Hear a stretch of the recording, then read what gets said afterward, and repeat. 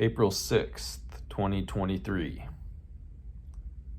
Today, I read the Gospel of John, chapter 17, which is basically the last words Jesus gives his disciples before he gets arrested and crucified and everything goes down. So it's a very moving, it's a very personal and a very heartfelt speech that he's giving, and it's actually him praying to the Father. It says he gave the words to the disciples, but it's really his prayer with the Father. And so there's a couple themes in that prayer that stood out to me. The first one was unity. Jesus prays that the disciples would be united, and he prays that they would be united to him as he is united with the Father. And by unity, I don't think he's talking about uniformity.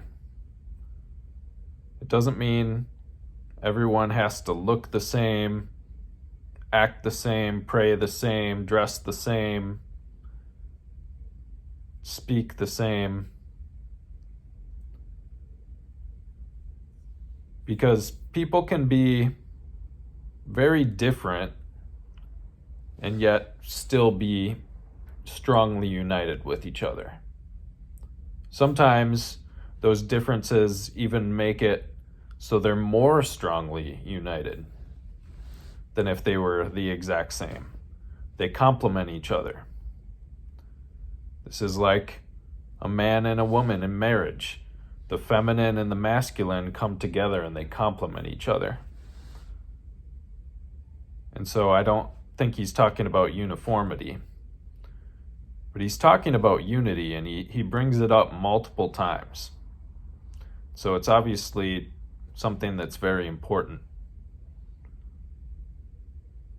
And he talks about it at one point in relation to the truth.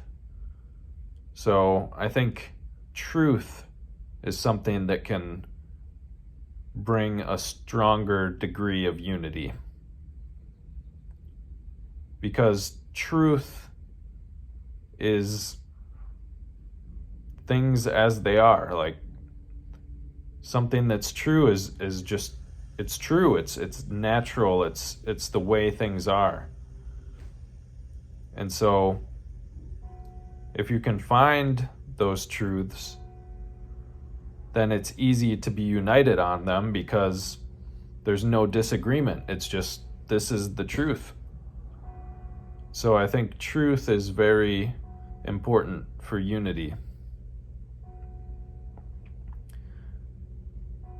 And the other thing that I noticed in John 17, the prayer of Jesus to the Father, was this theme of being in the world, but not of the world. So as Jesus is speaking to the Father, he's talking about how the disciples are in the world, but they're not of the world, that they don't belong to this world.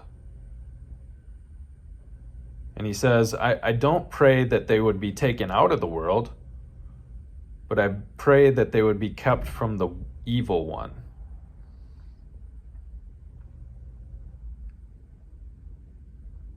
So what that says to me is that there's a different world, and this world is run by the evil one. And the people of God, we're stuck here. This is where we're at temporarily. And while we're in the world, we're going to have tribulation. But Jesus says Take heart, for I have overcome the world.